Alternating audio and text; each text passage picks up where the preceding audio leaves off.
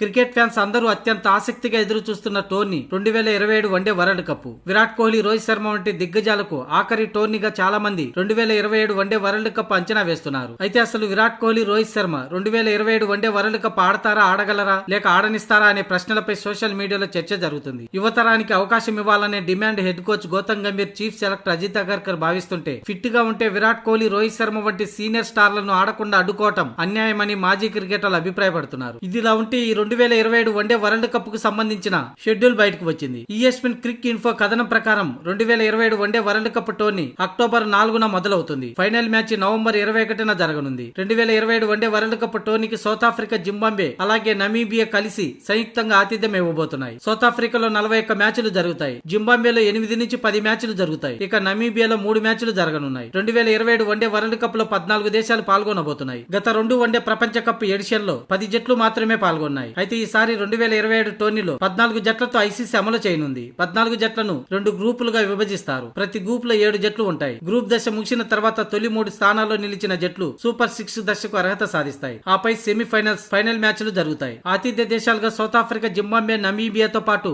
ICC one day rankings లో top 8 లో ఉన్న దేశాలు నేరుగా ప్రపంచ కప్ కు అర్హత సాధిస్తాయి. అయితే మిగిలిన 3 స్థానాల కోసం వరల్డ్ కప్ క్వాలిఫైర్ మ్యాచ్లు జరుగుతాయి. ఇది ESPN క్రిక్ ఇన్ఫో విడుదల చేసిన షెడ్యూల్ వివరాలు మాత్రమే.